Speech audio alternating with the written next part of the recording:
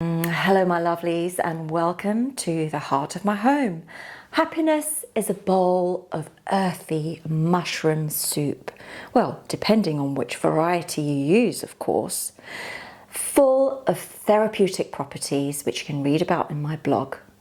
Let me show you how to make this bowl of deliciousness. Don't forget to subscribe and press like. So the ingredients for our vegan, creamy, seasonal mushroom soup are a selection of mushrooms. So I've got the oyster variety here. I've got these really lovely, pungent shitake mushrooms and your garden variety. I've also got fresh garlic. I'm going to be using some tomatoes, some onions, whole chestnuts, and I'm going to be using Oatly instead of cream.